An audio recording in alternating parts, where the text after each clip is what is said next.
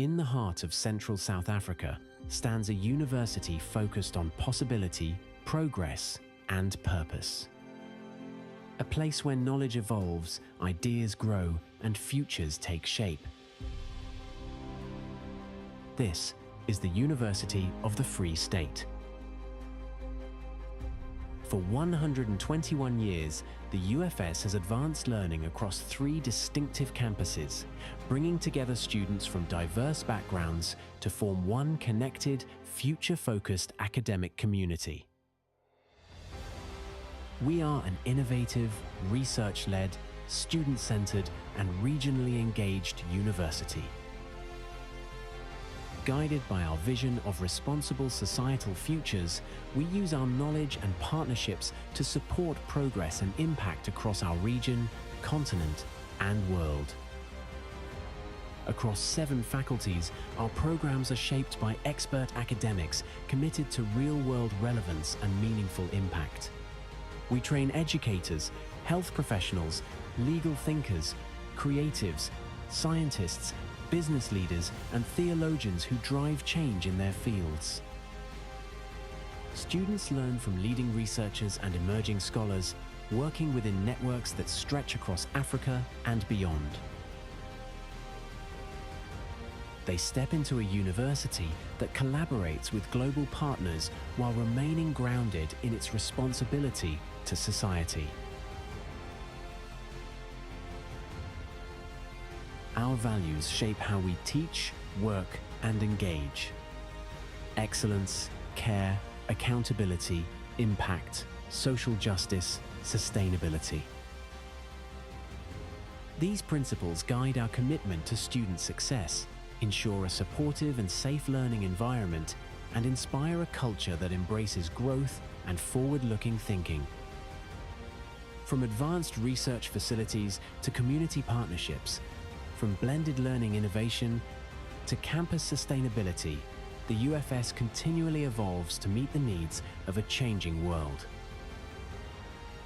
The UFS cultivates graduates and knowledge that create impact locally and globally. We are a forward-looking institution where fresh ideas grow, where diverse perspectives spark new insight, and where tomorrow's leaders are prepared today. Globally connected, regionally engaged, purpose-driven toward responsible societal futures. This is the University of the Free State.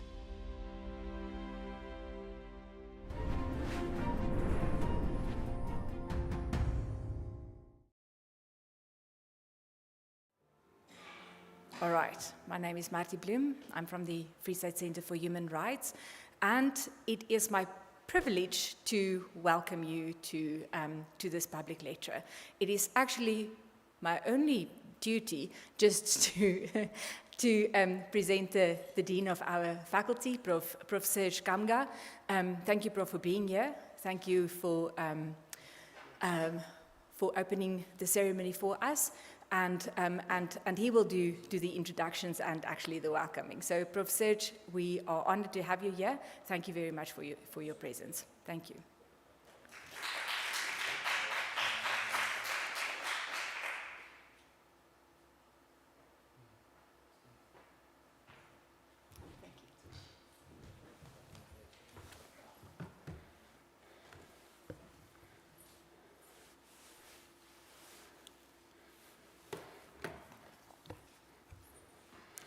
Very good afternoon to you all, colleagues, students, distinguished guests, and those joining us through the live stream.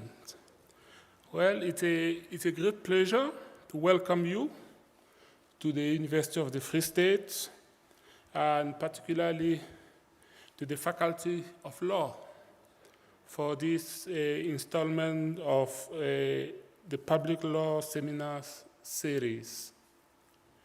You know, today's event reflects something that the university should continually strive to do. Create spaces where ideas can travel across national, institutional, and disciplinary boundaries. Although our speakers comes to us from the field of sociology, the question they will address, time, power, empire, governance, observations, and social orders, are also profoundly relevant to lawyers and legal scholars. Law does not operate outside history. It helps to organize how societies remember their past, understand their present circumstances, and imagine or regulate their futures. I would therefore like to thank Dr. Nico Buitendag of our Department of Public Law for organizing today's lecture and for bringing together scholars from law, sociology, and political studies for this important conversation. In the same breath, I would like to thank Prof. Sean de Freitas, the HOD, for his support for this initiative. But a special welcome to Prof.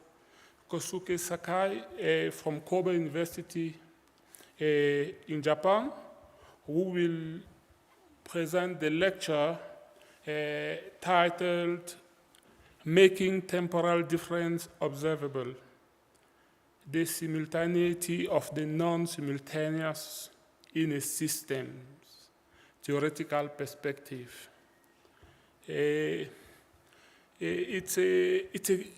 You know, I would like to appreciate the title and note that I was also working on temporal difference through the supervision of Mr.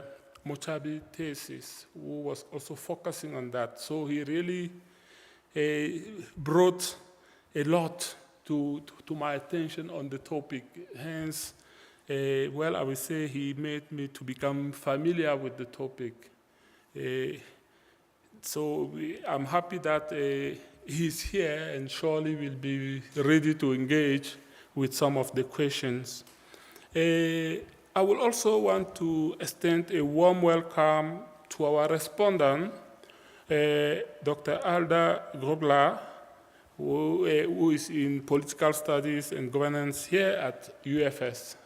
So we welcome our own at the same time. Great that we are able not only to bring external colleagues, it's also good that we bring internal, and that was very well thought, Nico. That's a good idea. So it's great to have two terrific scholars to engage our faculty and university on these issues of temporal difference. Our two presenters will be formally introduced by Dr. Nico, who is the chief organizer of this important event. So I will prefer that you do their introduction. However, before we get to that, I would like to underline the strategic importance of this activity, of this seminar for the university.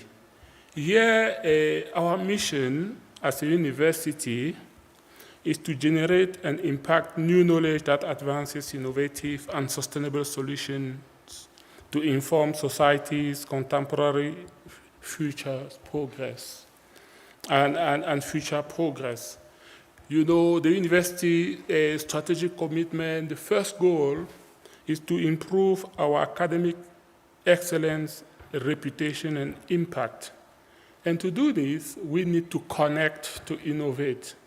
We cannot be sitting and working just among each other and thinking that we will be achieving academic excellence without having various perspectives. In fact, this also speaks to Goal 5 of the university strategy that calls on us to establish collaborative innovation and global integration. By bringing you all the way from Japan, you coming here, that's exactly how we want a collaborative innovation, because that enables us to also not be only locally relevant, but globally relevant as well, hearing from various other perspectives, including the perspective you'll be presenting today. So your presence here, together with Dr. Hobler, really epitomizes the idea of working across discipline, working across faculties, law and humanities working, and law working with humanities from Japan. This is exactly what we're supposed to be doing to break disciplinary boundaries, foster interdisciplinarity by definitely working across disciplines. This is to say that if the university aspires to be globally competitive, we need to be able to work in a multi, inter, and transdisciplinary approach. Hence, I strongly salute your presence here and the engagement that we will have. This is indeed to further underline my support for this great initiative. I hope it will not it will not be the only one, because it's the beginning of the public law lecture series. So we will try all the time to see how to support such initiatives. So very pleased to have you here this afternoon. So I want to really emphasize the fact that I support this. This is to say that if I leave, it will not be because of lack of interest. It's simply because I have to do some of these things that deans are called to do. You know, I've actually saved this time to be here for the entire lecture, but just now, as I was coming here with Nico to this lecture, there was a call, an urgent call that I have to attend to in the office to report back to report back upstairs. Let's put it this way. So if I go a bit early, please, it will not be because of lack of respect or lack of interest. It will simply be because of the nature of the work that I have to do. So for this, perhaps with this word, I want to reiterate my word of welcome to you all and give the floor to Dr. Buitendag to introduce our speakers. Thank you very much.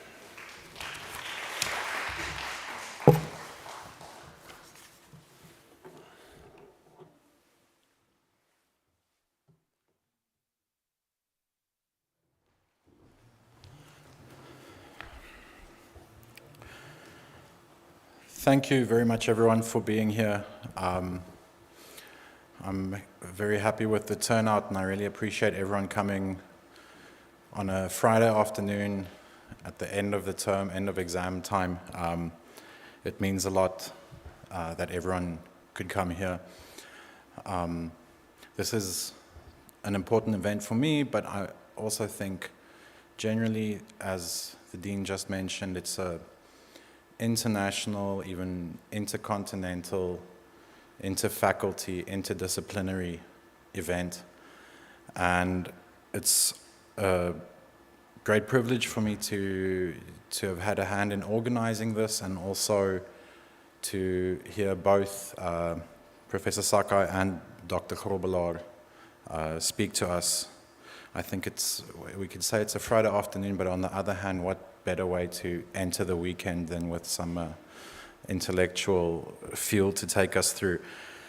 So, introducing the two speakers, I will, or shortly the program, I will do an introduction of the speakers, and then Professor Sakai will speak, after which just organically Dr. Grobbelaar will come and act as a respondent, and then organically we will have a Q&A session, and we will finish with Professor De Freitas, the head of department for public law, just to give a brief word of thanks. So I introduce both speakers now so that we can flow a bit more organically later.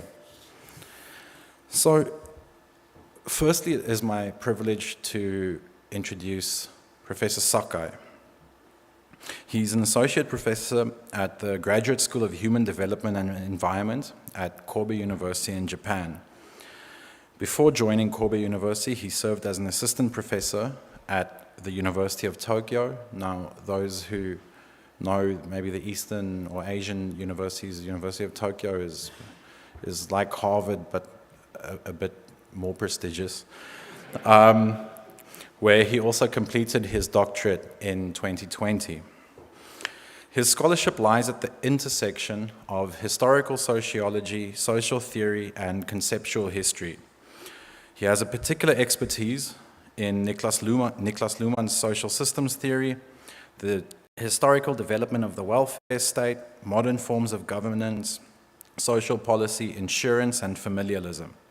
His work is notable for bringing demanding theoretical ideas into dialogue with detailed historical and comparative research. Professor Sakai is the author of a Japanese language monograph on the historical sociology of the welfare state, which focuses on society, solidarity, and subsidiarity in 19th century Germany. And his work, his research, has appeared in a wide range of international publications. And he has also received several academic awards in Japan. The title of his lecture today, Making Temporal Differences Observable, the Simultaneity and Non-Simultaneous in a Systems Theoretical Perspective, describes in broad terms the coexistence within the same present of social practices and institutions and ways of understanding the world that are normally associated with different historical times. Professor Sakai's argument, however, asks us to move beyond simply observing that different temporal or temporalities coexist. Instead, he asks how certain differences come to be perceived as temporal differences in the first place. Who is regarded as modern, progressive, and future-oriented? Who is described as traditional or somehow belonging to the past? And importantly, what is the role that empire, colonialism, and unequal power relations play in producing these distinctions that we make? These questions have obvious resonance in our society and our country, and invites us to reflect critically on the categories which Africa and other parts of the world have traditionally been positioned in. Secondly, the respondent, Dr. Alta Grobbelaar. She is a senior lecturer in political studies and governance here at our university, where she also serves as the program director for the Bachelor of Social Sciences. She holds a PhD from the UFS and is an active scholar in the social sciences. Her research spans conflict, security, and terrorism in Africa, with particular attention to how media, discourse, and contextualization shape contemporary security challenges. Her work also engages with the emerging cyber dimension of political conflict and security. She has published in many peer-reviewed journals and edited collections and is a member of both the International Political Science Association and the Voxpol Research Network. So as you can hear, Dr. Grobbelaar is exceptionally well placed to respond to a lecture concerning the relationship between observation, discourse, historical context, and asymmetrical power relations. And I am confident that her response will help us draw out the political and perhaps particularly African implications of Professor Sakai's argument, and will provide us with a strong foundation for the discussion that will follow. So enough with the introductions. Professor Sakai, we are very honored to welcome you to our department, to our faculty, to our university, and to our country, and we look forward to your lecture. Thank you very much, ladies and gentlemen. Please a warm hand for Professor Sakai.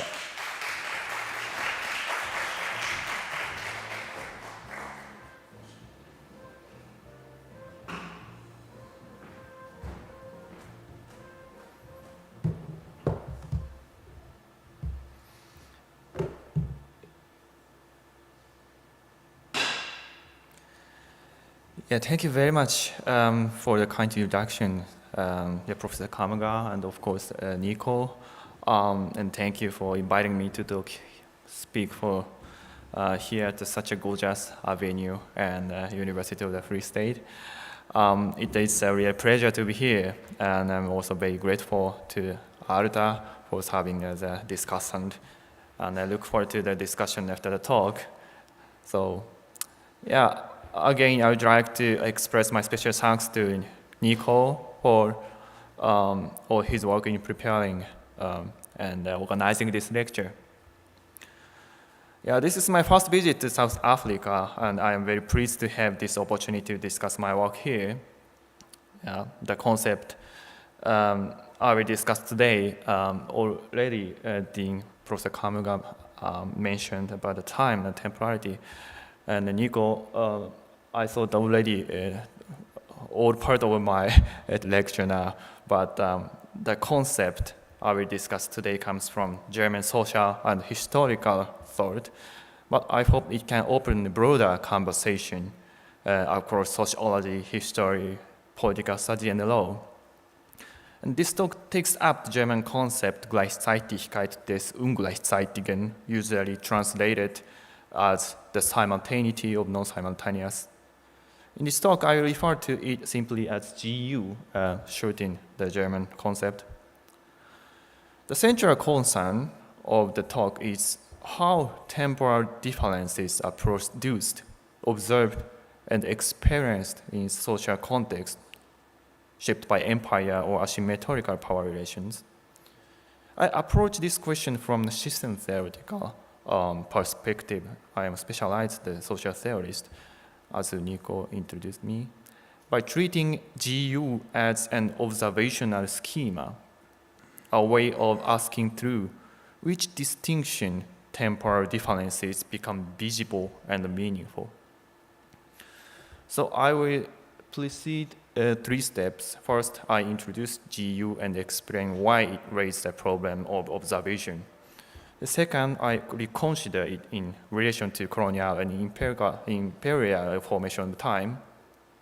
Third, I discuss selected empirical illustration, especially African time and familiarism in South Korea, and a little bit in comparison to Japan, in order to show how temporal distinctions are articulated, imposed, negotiated, and used in practice.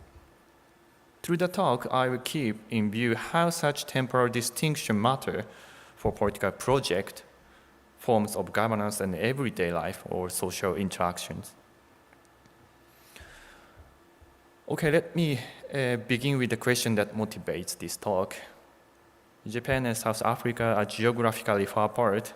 Obviously, Kobe and Bloemfontein are also 7 hours apart in clock time. At first sight, this seems to mean that we live in distant places and different times. The the very idea of distance already presupposes the shared time. We can describe geographical distance because both places are located within the same spatial framework. In the same way, regarding the time, we can calculate the time difference because South Africa and Japan are located within the same temporal framework, namely clock time. A time difference presupposes the shared present. So this shared present is also built into political coordination, academic communication, institutional schedules, deadline, and administrative procedure. Different local times are coordinated within one global present all over the world. However, within this shared present, people, institutions, and society are often described as if they belong to different historical times. A society may be described as catching up. A legal order may be described as transitional. A political project may present itself as bringing people into the future.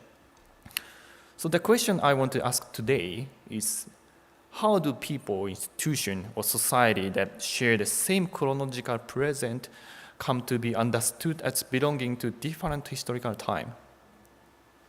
To approach this question, I turn to the concept, as I said, from German social and historical thought, Gleichzeitigkeit des Ungleichzeitigen. So the term GU sounds paradoxical, but the basic idea is not difficult, I think. It refers to the situation in which people, institutions, practices coexist in the same chronological present while being interpreted as belonging to different historical times. Let me put this more simply. An institution may operate today and yet be described as belonging to all the historical layer.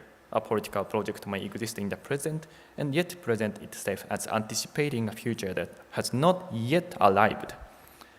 We can describe it in such a way. This is a basic intuition of GU concept. It points to a gap between chronological coexistence and historical interpretation. The same present is not necessarily observed as one homogeneous present. It can be observed as containing different temporal layers.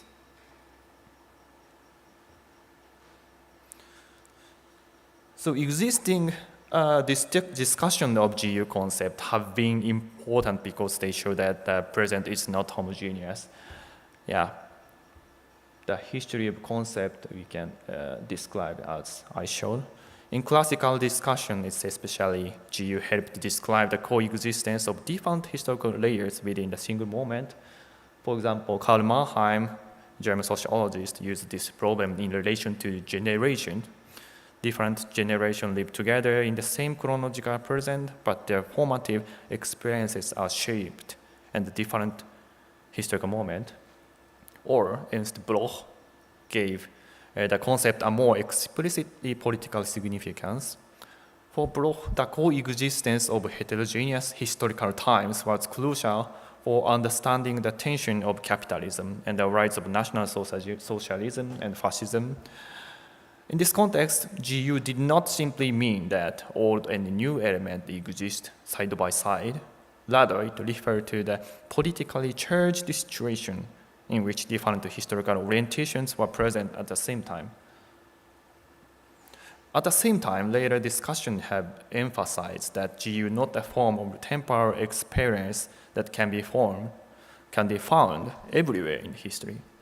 It presupposed the specifically modern form or modernities of temporal consciousness.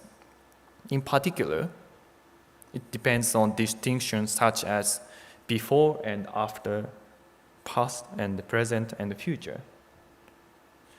In ideal typical account of a modern or pre-modern cyclical time, events are often situated within recurring orders that as a circulation of time. Modern temporal consciousness, by contrast, makes it possible to observe the present as a point of transition. Something has passed, something is emerging, there's something expected in the future. That kind of linear understanding of temporality. Reinhard Koselleck, German historian's analysis of the period after the French Revolution is important here. In the context, GU could be perceived as a distinction between different historical orientation within the same society. Orientation toward progress, or in German, Fortschritt, and attempt to preserve the existing order as a conservative. In other words, people living in the same chronological present could be observed as belonging to different historical times. That's the essence of the GU in classical meaning. But in more recent sociology, GU has also been used to analyze temporal tensions within contemporary social transformations. One example is Ulrich Beck, popular and well-known sociologist in Germany. His theory of reflexive modernity or second modernity. Beck shows that family norms, labor market, or welfare system and the gender expectation, gender division, do not necessarily change at the same speed. For example, Beck and Beck-Gernsheim clarified that the gender division and the rhythms of difference. Women may be expected to act as individualized subjects in education and employment, while older expectations about care and family responsibility continue to shape everyday life in European society. Here, GU helps describe a lack of synchronization among institutional rhythms. A different formulation appears in Chang Kyun-sop, the South Korean sociologist. His theory compressed modernity. Chang argues that in societies such as South Korea or like the other East Asian societies, social transformation that unfolded over a long period in some Western European context occurred within a much shorter historical span, condensed manner. Colonial rule, war, rapid industrialization, democratization, and neoliberal restructuring after World War II or 1980s became layered within the condensed period. As a result, different cultural orientations and social norms came to coexist, like medicine, coexist not only Western medicine but also Eastern traditional medicine or TV show or like film as well, and overlapped in the same present. These discussions are variable because they make temporal plurality visible.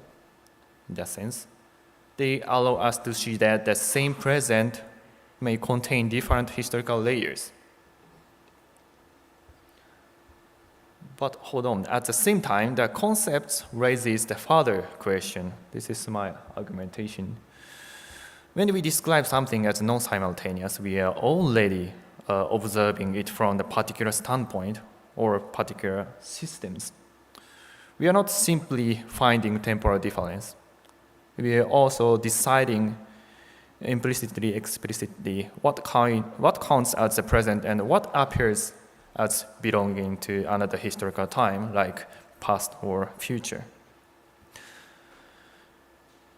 This becomes especially important when we move from national or regional histories to global history. Once we speak about modernity in global context, we need to ask how spatially distant society came to be placed within the one temporal frame.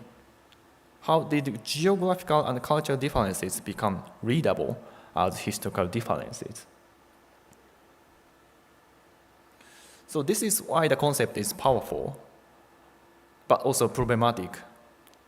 Crucial difficulty appears here. GU has often worked through distinctions that are both temporal and cultural. For example, when a cultural practice is described as traditional or backward, cultural differences is placed on a temporal scale. It could be, problematic, It allows us to describe the layered character of the present. So at the same time, it may reproduce a standpoint from which some people practices are located in the present, while others are placed in the earlier stage of history. So for this reason, I treat GU not only as a concept for describing temporal plurality, but also as a problem of observation. That's the point. The issue is how temporal differences are drawn, stabilized, and made consequential. So my aim is to keep the insight of existing approaches at the same time shifting the focus from temporal plurality to temporal observation. So this leads to a reframing of the GU concept that I proposed in this talk. I keep the basic insight that different temporalities can coexist within the same present, but I shift the focus from coexistence itself to the observation of temporal difference. The question is not only whether different temporalities exist together, but how they become visible as different times. Yes, this is the first move, the conceptual move. I understand GU as an observation schema, as you said. Here I drew in a limited way on Niklas Luhmann's system theory. For Luhmann, observation does not mean simply looking at something. Observation means drawing the distinction and indicating one side of that distinction. Applied to historical time, this means that temporal difference does not simply appear by itself. It becomes meaningful through communication. Something is observed as belonging to the present, as carrying trace of the past, as delayed, or anticipating the future. Is this the result or the after communication we can describe as so? What matters is not the temporal property of the thing itself, but the distinction through which it is observed. This also means that temporal difference can be observed differently by different social systems. Law, politics, and science, for example, do not observe time in the same way. Law may ask whether a norm is still valid or not. Politics may ask whether the situation calls for reform or transition or crisis management. Science, academics may ask whether an argument produces new knowledge, whether an older theory is still convincing, or whether the state of research has changed. Yeah, theoretically, you can find my talk as old-fashioned or backward something. So in this sense, GU names as operation of temporal observation. It is a way of relating different temporal positions within the shared present from the perspective of particular systems. This point is important for the rest of the talk. If GU is an observational schema, then we have to ask where such observations come from, how they are stabilized, and how they become relevant in concrete communications, organizations, and interaction. Yeah, from system theoretical perspective, interaction is also the part of the systems. So the second move is to situate this observation historically within colonial imperial formations. The crucial point is that spatial and cultural differences can become readable as differences in historical time. A society located elsewhere may be described as representing an earlier stage of development. A cultural practice may be interpreted as traditional, backward, or not yet modern. Conversely, another society may be treated as already embodying the future.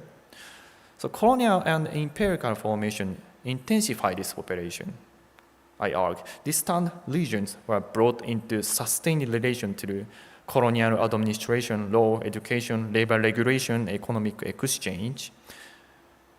These relations connected places, but they also introduced shared standards of coordination and comparison.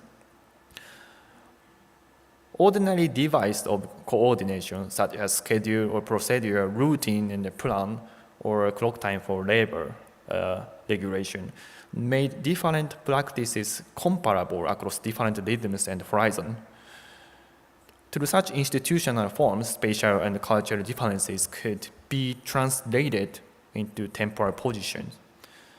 Some practices could then appear modern, while others appear delayed or in need of reform.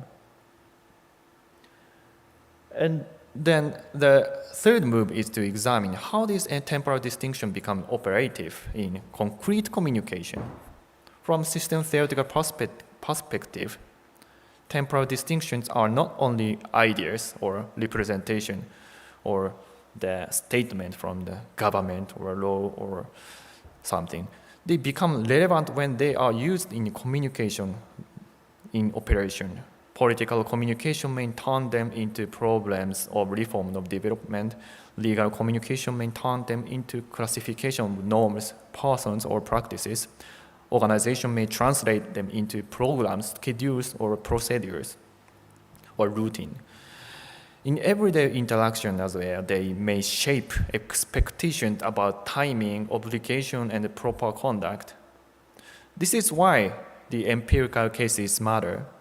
They show how temporal distinctions are proceeded, not only in large historical description, but also the level of organization or interactions. In this way, GU can be analyzed as an operation through which temporal differences is made meaningful in practice. Okay, let me turn to the empirical illustration, but before discussing this example, let me briefly note that my expertise does not lie in African studies or South African history. My own background is, as Nico explained, in historical sociology and social theory. So what interests me here is not whether that notion of African time accurately describe African society, but how such a category makes temporal difference observable. So I use this expression, African time, strictly as an object of analysis. I'm not asking whether there is such a thing as African time.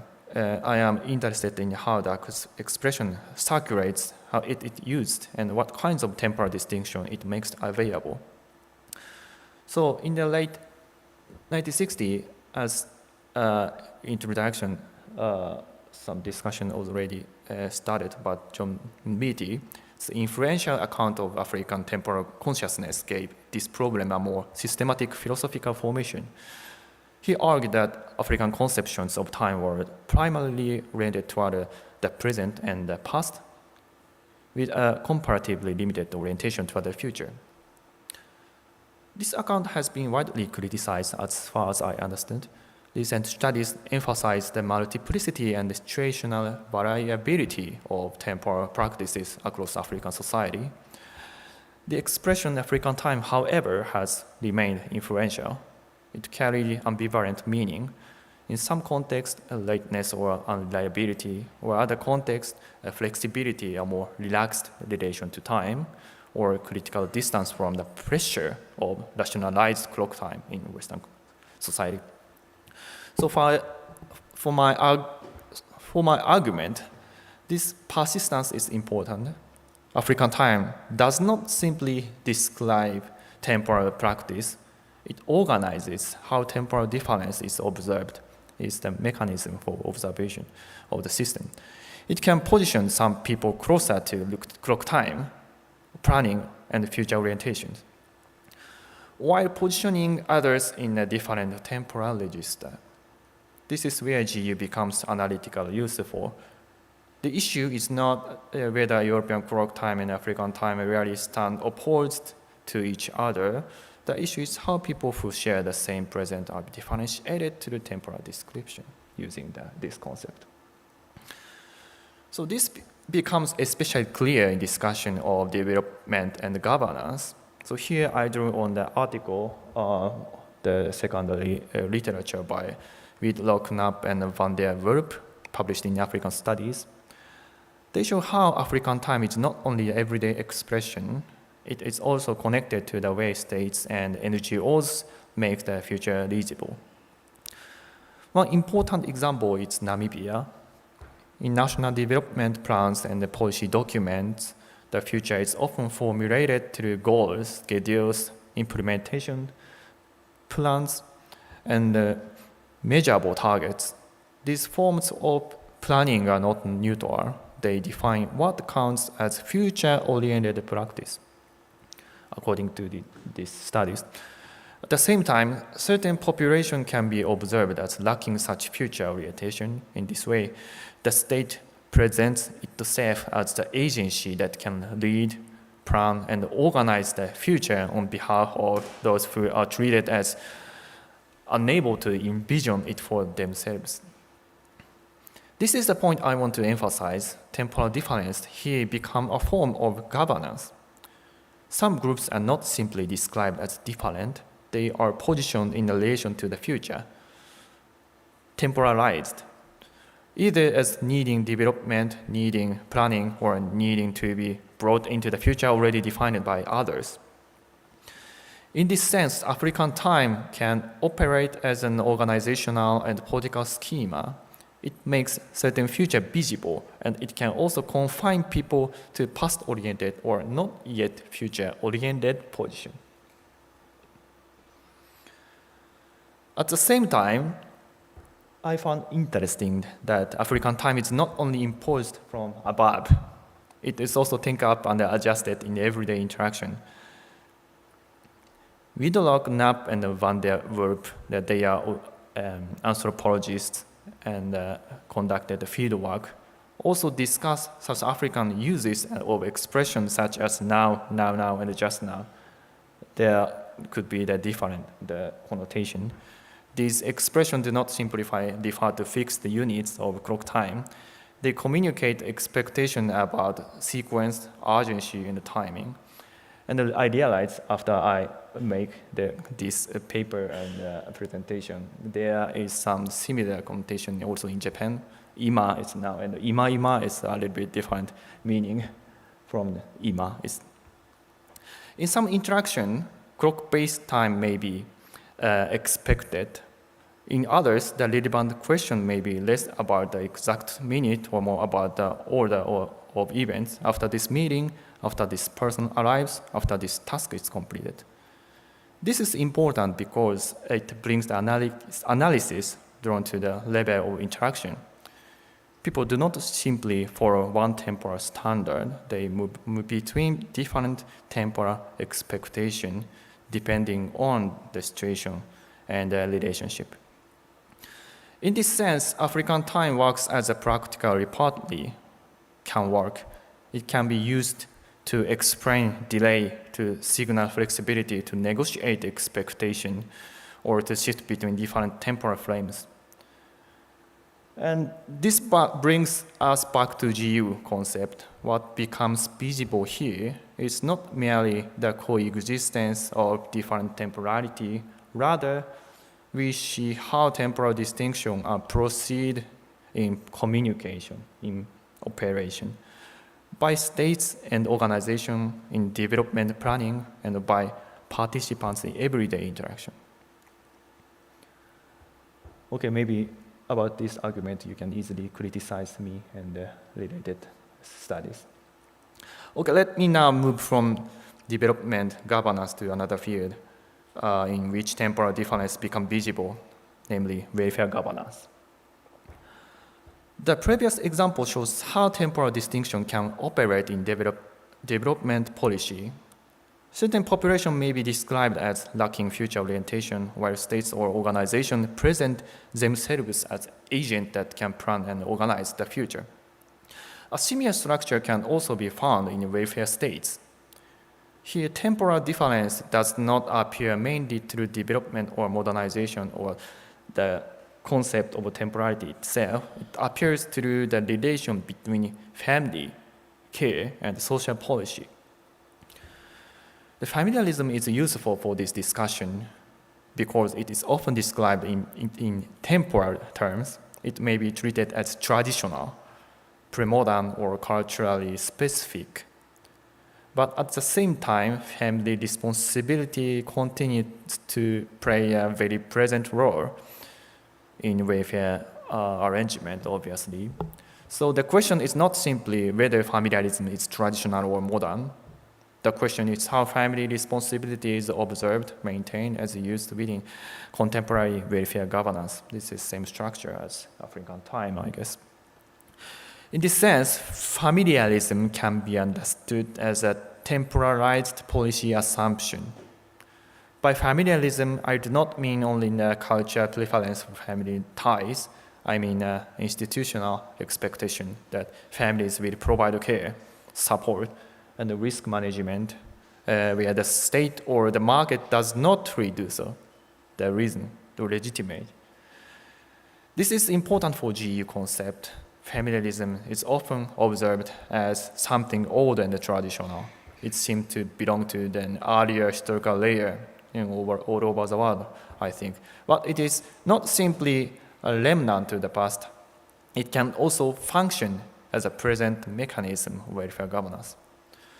For example, when care for children, older people, or dependent family members is expected to be handled primarily within the family becomes part of the welfare arrangement itself.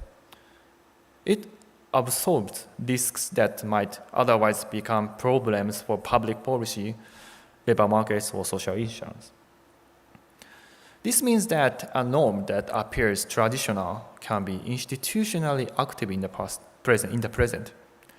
It is temporarily marked as old, but functionally used in contemporary policy arrangements. This is the point I want to emphasize. GU helps us see familiarism not only as a cultural survival, but as temporal distinction intentionally that is made meaningful within welfare governance by political system.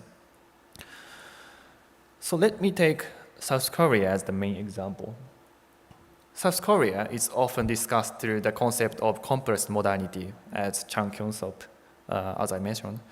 The point is not simply that modernization happened quickly. The point is that different historical layers were condensed into the short period and spatially as well become active within the same present, the same space. This compression was shaped by colonial rule by Japan, war, rapid industrialization, developmental state policies, democratization, and later neoliberal restructuring by IMF crisis. These were not separate historical stages that simply replaced one another. They produced overlapping expectations about family, work, education, care, and welfare. In this context, familiarism should not be understood only as remnant of Confucian tradition. It also became the practical mechanism for managing social risk. Families were expected to support education, absorb employment insecurity, care for older people, and compensate for limits in public welfare. This is where GU concept becomes visible. Family responsibility may be described as traditional, but it continues to operate within very contemporary policy arrangement. It is not outside the welfare state. It is one of the assumptions through which welfare governance works. So the South Korean case shows that temporal layering is not only a matter of culture, also has policy consequences. A norm associated with the past can be deactivated as a present mechanism for organizing welfare, care, and social risk. I want to compare briefly with Japan. The comparison helps clarify this point. Japan is not the main case here, but it is useful as a comparison because family responsibility has also played an important role in welfare arrangement with Japanese particular welfare system. In Japan, public welfare did not simply replace family responsibility. Many arrangements developed on the assumption that families would continue to provide care, income support, and everyday assistance. Of course, Japan and South Korea have different histories of empire, colonialism, war, occupation, and welfare state formation. But the comparison helps us see a common analytical point, namely family responsibility can be temporarily marked as a traditional while remaining institutionally active in the present. By the way, Chang Kyung-sop, the theorist of compressed modernity, and his follower in Japanese sociologist Emiko Ochiai called Japanese society as semi-compressed society. In this sentence, familiarism is not merely a cultural survival. I'm repeating, it is a temporalized policy assumption within contemporary welfare governance. This is the result of the observation of political system. Okay, let me briefly summarize what these examples show. The first example, African time, shows how temporal distinction can operate in development governance. In the Namibian case, the future becomes visible through plans, goals, schedules, and implementation framework. At the same time, certain population may be positioned as a lacking future orientation and therefore as object of planning by the state or by development organizations. The second example, familiarism, shows the related structure in welfare governance, welfare state management. Family responsibility may be described as a traditional or cultural specific, yet it also functions as a present policy assumption. Families are expected to absorb risk, provide care, and compensate for the limit of public welfare or market provision. These examples are different, but they share a common structure. In both cases, temporal difference is not merely described, it's made operational, as I said. It becomes part of governance, policy, organizational planning, and everyday expectation. This is why GU is useful here. It allows us to see how something can be observed as belonging to another historical time, while still being actively used in the present. The past is not simply left behind. It can be reactivated, institutionalized, like familiaristic family policy or something, and made consequential in contemporary social arrangement in actual. With this point in mind, let me move to the conclusion. GU is useful because it allows us to see how different historical time can be observed as coexisting within the same present. The present is not necessarily observed as homogeneous. It can appear as layered. Some elements are treated as free present, while others are observed as carrying the past, lagging behind, or anticipating a future. But my argument has been that this is not enough. We also need to ask how this observation is made empirically, operationally, from historical system theoretical perspective. Temporal difference becomes meaningful through distinction in communication. This means that we should ask which system observes temporal difference and through which distinction. This is also a historical sociological question. In global history, the coexistence of multiple temporalities has often been constituted through imperial and colonial relations. Spatial and cultural differences were brought into the shared frame and made readable as differences of historical time. As I mentioned a little bit about the case of South Korean familiarism, colonialization by Japan. From this perspective, we can critically examine how representations of temporal difference operate, in particular, in practice of governance. Development policy may position some population as not yet future-oriented. I illustrated before. Welfare governance may treat family responsibility as traditional while using it as present institutional resources. As related legal and political field would be debates on historical responsibility or reparations or unrelatedness. I cannot discuss this in detail today, but the debate on Germans' colonial genocide in Namibia is one example. There can be one example. This colonial past has not remained in simply past. It has been reactivated in contemporary discussion of recognition, compensation, genocide, and the international law. Include the recent controversy around Germany's position in relation to South Africa's ICJ case against Israel. From the perspective of GU, this shows how the past can become present again through legal and political communication. and how temporal difference is observed and made consequential on the global condition of asymmetrical power. Yeah, this is my presentation. Thank you very much for the attention.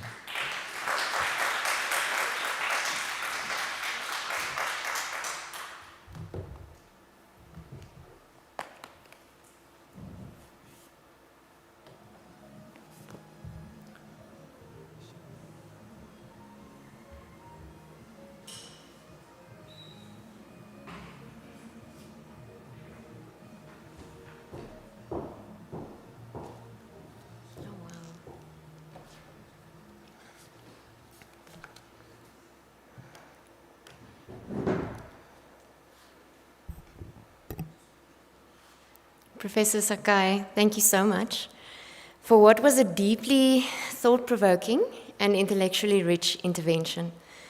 Your lecture invites us to rethink something that I think we often take for granted. Not just how time works, but how time is used to organize power, difference, and meaning in society. At its core, your work challenges a very familiar assumption that different people or societies simply exist in different times. Instead, you show that these differences are not natural at all. They are produced, observed, and made meaningful through historical processes, especially those shaped by empire and colonialism. So let me attempt, from a mainly humanities perspective, to respond to what is in fact a very sophisticated theoretical intervention. Put simply, Prof. Sakai is asking, how do we come to see some people as behind, out of sync, or not yet modern, even though they live in the same present as us? And then his answer is, we do not simply find these differences, we produce them through the ways we observe, classify, and describe the world. The key concept of the day is simultaneity of the non-simultaneous, and I wanted to try and add the German phrase here without butchering it, but I am going to accept the limitations of my vocabulary. So traditionally, simultaneity of the non-simultaneous would mean that different historical layers coexist in the same present, mainly modern versus traditional. However, Professor Sakai makes a crucial shift here by indicating that this is not just a condition of a world, it is a way of seeing the world. And he calls this the observational schema. In this framework, we determine what counts as modern, what counts as backwards, and who belongs to the present and who does not. One of the most important contributions of this work is that it repoliticizes time in a way that is both analytically rigorous and historically grounded. Prof. Sakai shows that temporal differences are not simply cultural, nor are they simply internal to modern societies. In fact, there are nothing simple about them because they are deeply tied to colonial and imperial histories. Prof. Sakai's argument that spatial differences becomes temporalized, that geographical difference is reframed as being behind or not yet, is particularly powerful. It helps us to understand how Europe comes to occupy the position of the future, while colonized societies are positioned as the past. At the same time, from a humanities perspective, this raises a gentle but important question. If temporal difference is produced through observational distinctions, who stabilizes these distinctions and how do they persist over time? Your use of systems theory is very effective in showing that distinctions structure what becomes visible and that they organize meaning across social systems.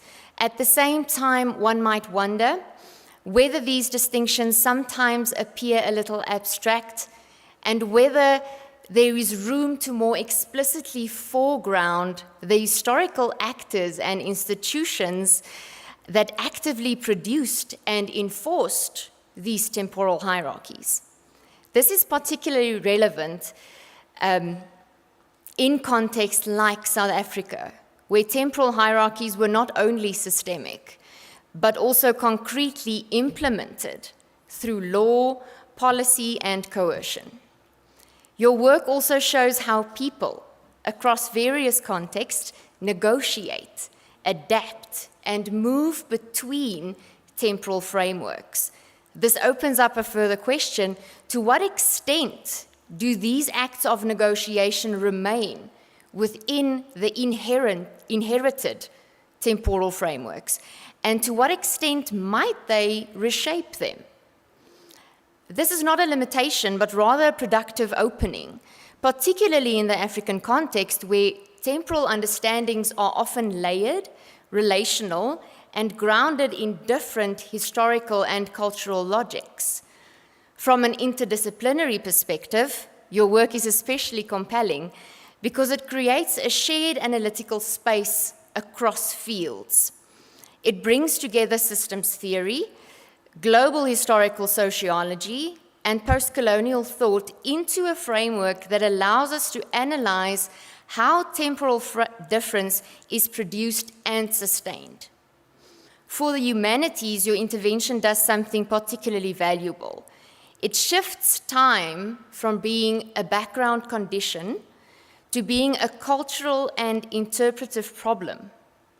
And this has clear implications for history, in terms of memory and historical consciousness, for literary studies through the narrative of time, philosophy through the ontology of time, and cultural studies through representation and meaning of time. From the same humanities perspective, one might add that temporal difference is not only observed and organized, but also experienced, narrated, and felt. While systems theory helps us to understand how distinctions operate and how societies coordinate temporal meaning, it leaves space for further exploration of the lived experience of time, including feelings of waiting, delay, anticipation, or historical burden. In contexts shaped by colonialism and inequality, time is often lived as uneven or deferred or interrupted. Similarly, your critique of Eurocentric temporal frameworks is very important. Humanities approaches might ask, how do we account for temporalities that are not easily translated into categories like simultaneity or non-simultaneity? And this is where your framework becomes especially generative, not as a closed system, but as a point of dialogue for traditions that emphasize language, narrative, and cultural meaning. Allow me to briefly try and bring your framework into conversation with the South African context. South Africa provides a powerful example of what you describe as the forced articulation of different temporalities under asymmetrical power relations. Under colonialism and apartheid, African populations were positioned as traditional, tribal, or not yet modern, while the settler state aligned itself with progress, development, and the future. And this reflects precisely the process you identify where spatial difference becomes temporal difference. Achille Mbembe, in On the Post-Colony, shows how colonial power not only governs space, but also reorganizes time, producing uneven temporalities in which people are differently positioned in relation to the present. Similarly, Sabelo Ndlovu-Khasheni described how colonialism produces a coloniality of knowledge and being, where Africa is persistently framed as incomplete, lagging, or in transition towards a Western future. What your work adds here is a very precise conceptual vocabulary for understanding how this positioning becomes visible and meaningful, not only through discourse, but through observational distinctions that stabilize these hierarchies. Additionally, of course, your discussion of African time resonates strongly. In South Africa, as most of us know, phrases like now and just now remain everyday markers of temporal negotiation. But stereotypes about lateness or flexibility continue to circulate, albeit quite often tongue-in-cheek. I'll be there now, I'll respond to that email just now, or my favorite one, I'll phone my mother-in-law now. And jokes aside, these expressions function as forms of practical coordination across different temporal expectations. In this context, we might think of these expressions as part of a negotiated temporality, where people move between temporal frameworks, anticipate expectations, and adjust accordingly. It's important to note that this is not simply resistance or compliance.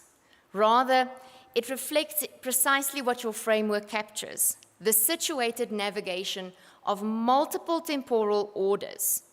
From a humanities perspective, these practices also operate as forms of cultural translation and subtle reflections of the limits of rigid clock-based time. In contemporary South Africa, your framework helps illuminate a widely shared experience, the sense of living in multiple times at once. Post-1994 discourse emphasizes progress, development, and moving into the future. Yet, at the same time, apartheid structural inequalities persist, access to opportunity remains uneven, and for many, the future continues to be delayed.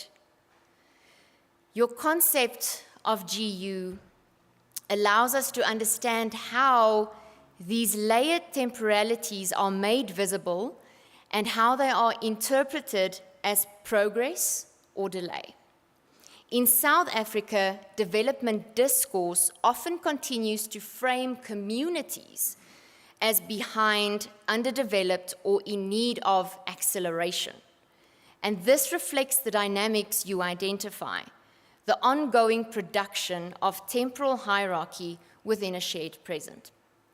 What your framework makes visible in the South African case is that we are not only dealing with inequality, but with historically produced differences in temporal positioning. At the same time, it also highlights that people do not simply occupy these positions. They interpret, narrate, negotiate, and live through them. And to conclude, Professor Sakai's work makes a profound contribution by showing us that time is not neutral. Temporal difference is not natural, and the present itself is unequally distributed. Instead, time is produced through histories of empire, structured by power and continuously negotiated in everyday life. For those of us working in or with the humanities, this provides a powerful analytical tool and lens, a bridge between theory and lived experience, and a way to rethink familiar concepts like modernity, development, and culture, but to view it through the politics of time. What your work ultimately reminds us is this: when we ask what time it is, we also ask whose time it is. Thank you so much.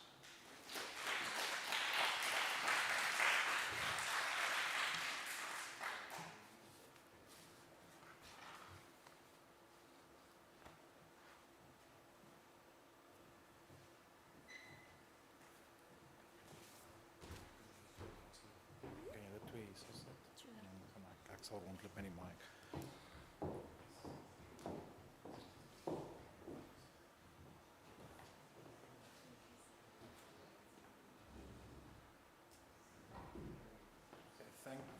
Hello.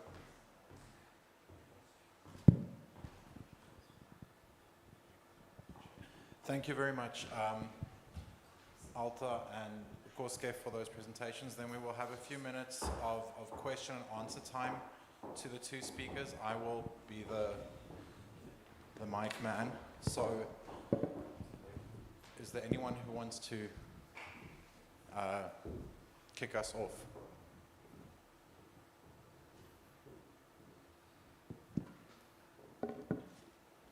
Elian.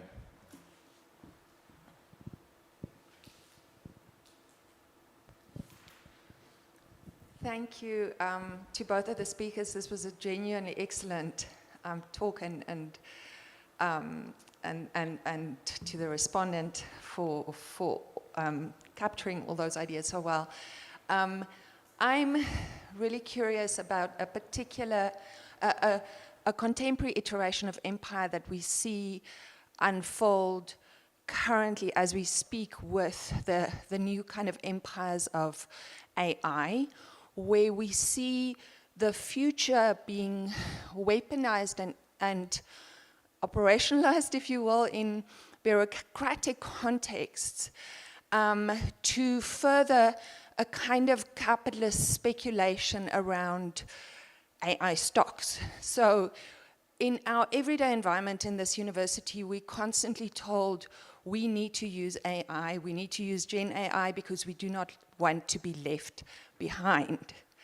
And this becomes a kind of political project that furthers the interests of Silicon Valley. And we've just seen the kind of hyperinflation of stocks, Elon Musk's stocks recently. And now here in the African context, again, we are being kind of bludgeoned with this idea of not being left behind. So we must get on this bandwagon. And I think your example, your work, Prof. Sakai, is so valuable because I think if we make visible the ways in which this particular vision of the future is being weaponized, we can perhaps step in, like it can become a counter-political project for us in our kind of everyday institutional context to think through how to inhabit this kind of new AI future. So I'd love to hear your thoughts on any of this.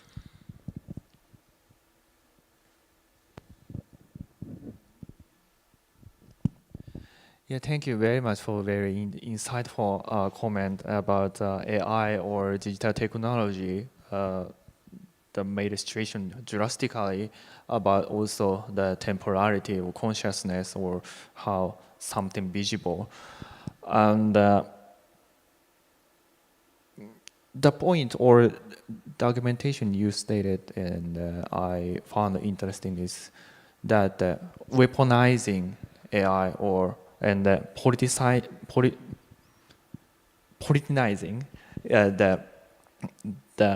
the weapon AI to control or capital or as well maybe, but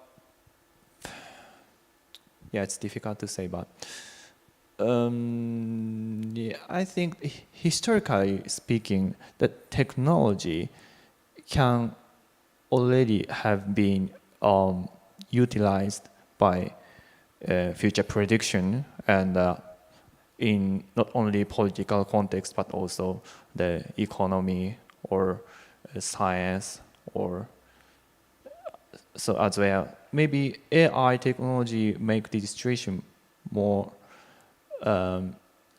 drastic and but these constellation, the predicting future with technology can remain by itself. So it will be very difficult to reprise some kind of this stuff, but GU concept or simultaneity of non-simultaneous, these the observational schema can be enforced by AI technology, especially by the political system. Yeah, thank you very much for it. Thank you so much, Eileen, for the question. I think this is quite important, and I think this also speaks to how these temporal distinctions shape how people and countries, in this case, are judged. Because what is seen as productive or late and behind speaks to what is seen. These assumptions speak also to what the right time is for something out of context. And I think this is where South Africa, in this case, as you rightly mentioned, are being bludgeoned to move towards a Western future once again. And I think in this case, the inequality that I speak of here is something that is not spatial or it's not economic. It is something that is still burdened by its historic roots that are manifesting now in a different shape, and this is this AI onslaught that we are facing in education on all levels, and in governance policies on all levels, where we are wondering who is writing this policy. You know, is it Claude or is it Claude with an actual surname?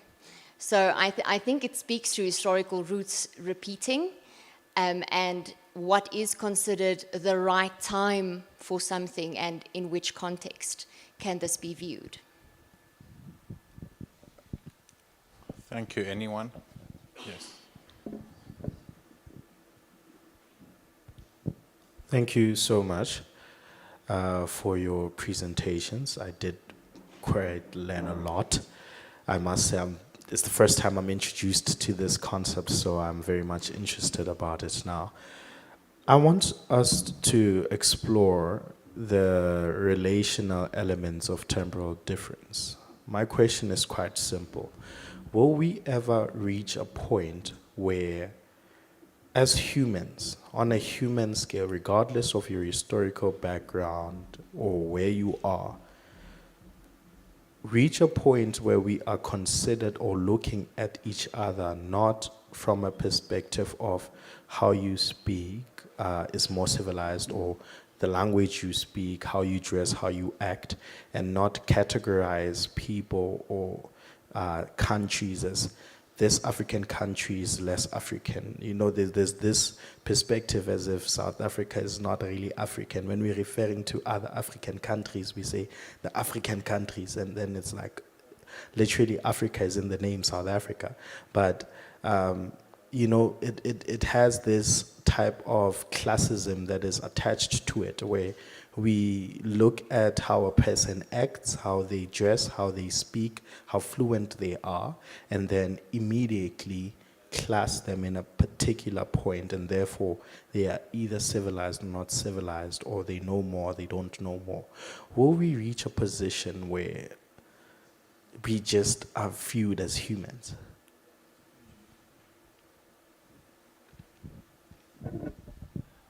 Thank you very much for your question. Maybe as far as I understood, that there is a distinction, or the civilized, not civilized, can or should be understood as the human distinction or something.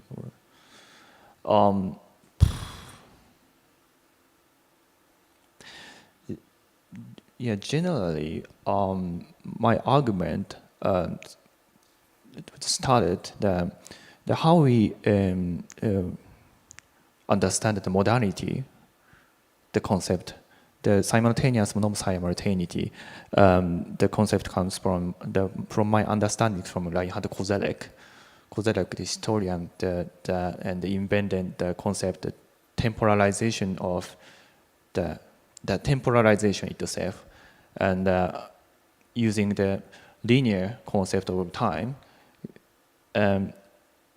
When we or European society invent this kind of temporality, at the first time we organized distinction between past and the present and the future, backward and the future oriented.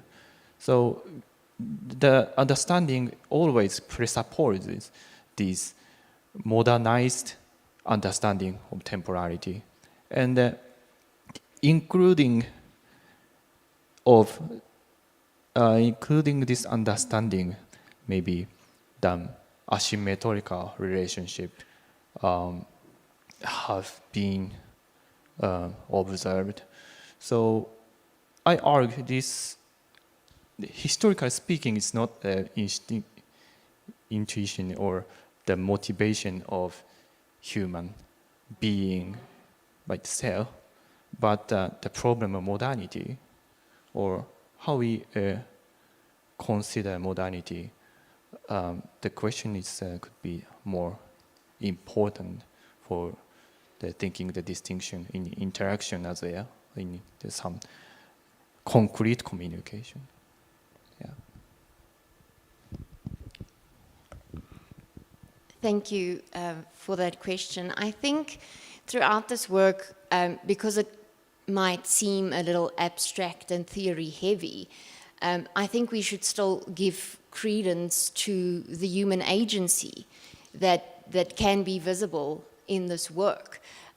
Because despite all of the simultaneity and non-simultaneity of it all, there's still the shared experience of time that humans experience. So I think with that, and Prof. Sakai addresses that in his work as well, that the frameworks, the temporal frameworks between which humans navigate and switch, there's a very specific practicing of agency there, where I think reflexive thought of viewing each other as humans first is central there, because that is where we use and interpret our experiences of time in everyday life.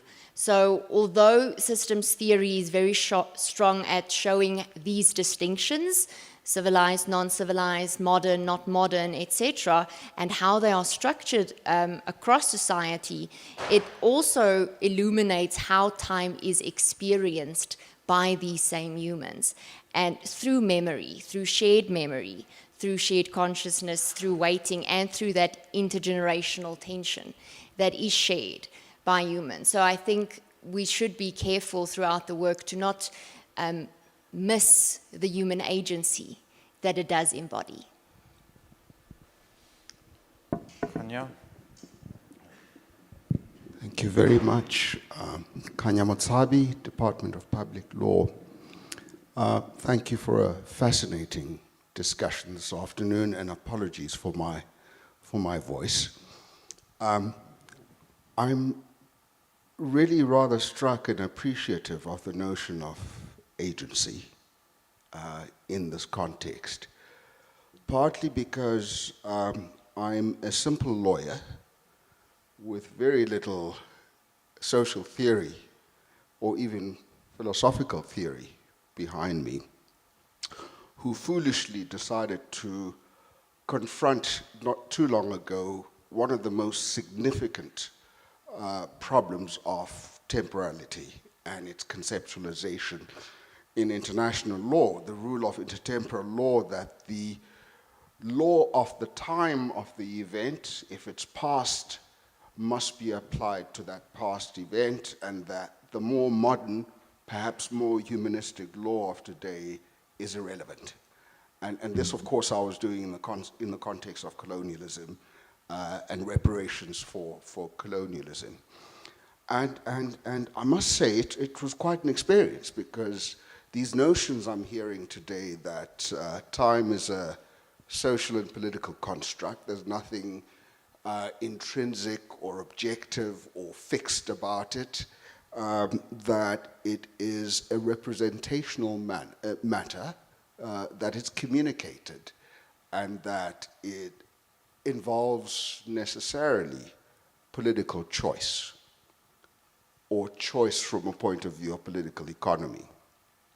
And what was also really striking is this notion that there is one temporality, it is linear, and here's the rub, that we in Europe can universalize our concept of time. And here I wonder about the notion of identity. But really that kind of imposition, if you like, through the universalization is a really powerful political tool. And so in international law, you can't lodge a legally valid claim to repair colonial economic damage and return value that's been extracted but belongs here. I found really quite fascinating. And so I found myself, instead of thinking about legal propositions, thinking about time. And I just wonder, from a different positionality, geography, sense of identity, and I just wonder what, how you see identity fitting into this kind of puzzle. Thank you. Sorry, that was a bit long.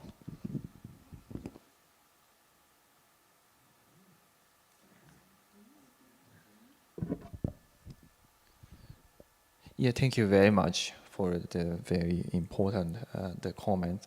Yeah, can be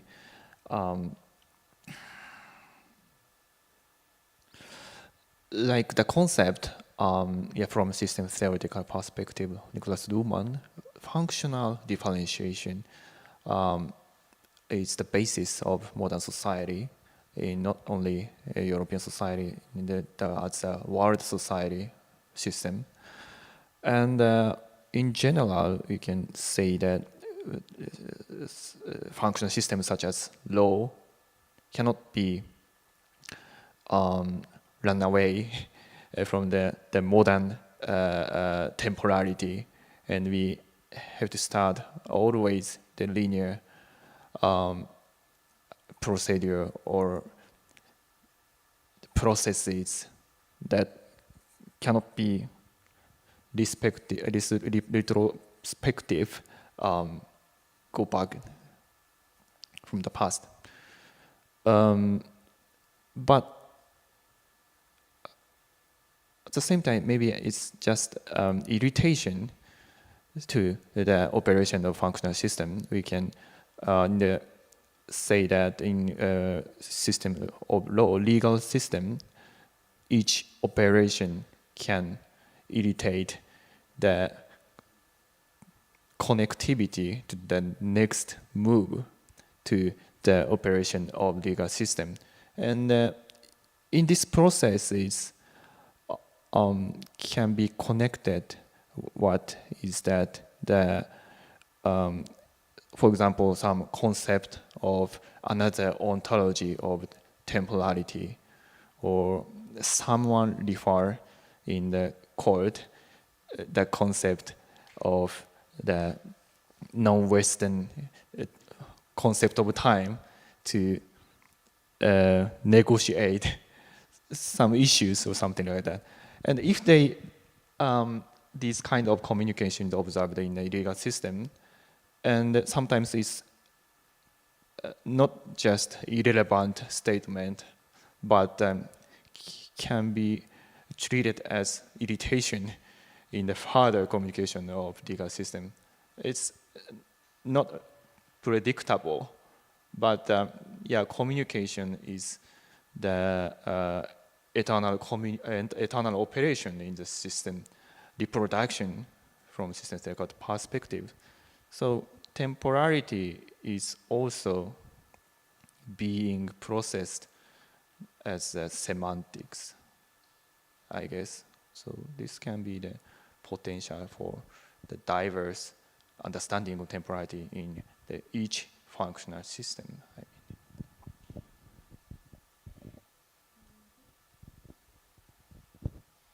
I'm not sure how much I can contribute here. If I hear big law words, I tend to crawl up into my safe corner.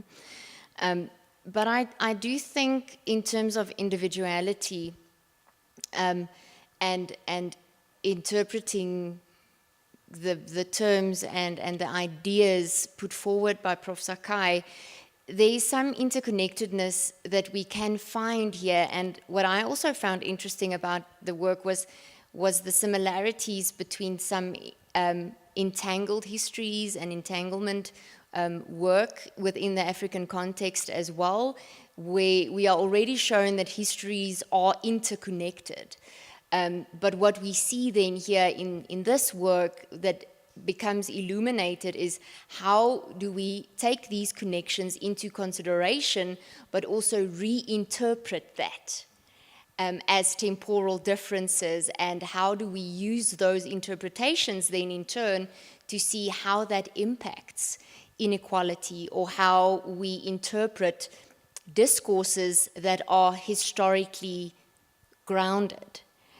For example, if I take it back to the African time example, the African time example is a historically grounded, created discourse that individuals have come to reinterpret and to use that as oftentimes a political tool to negotiate and to use to our own advantage strategically. So I think we can use that in conversation and in dialogue with many disciplines to see how interconnectedness, how historical discourse and how current discourse can then contribute to the agency and to the individualistic interpretations of time and what it influences and how it impacts. Okay, thank you. I see there are many questions, but perhaps I think for those who scheduled on a Friday afternoon to come here, maybe we should end the formal part, and any questions we can discuss in the lobby or outside.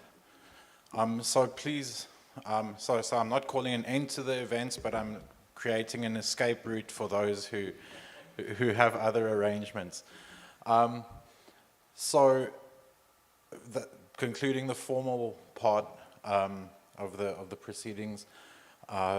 Thank you very much. Sean will still give the final thanks. Let me just say thank you very much to the speakers. Baie danki. Otsukare sama deshita. Arigatou gozaimashita. Thank you.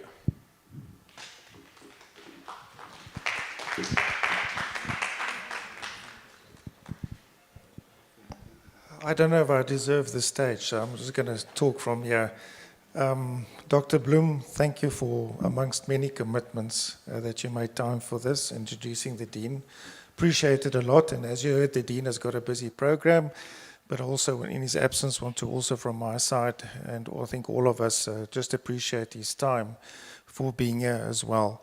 Then, importantly and centrally, our speakers, Professor Sakai, and Dr. Grobler, thank you very much for your inputs. Just reminded me, and I'm sure I'm not the only one, reminded us of what a university is essentially about.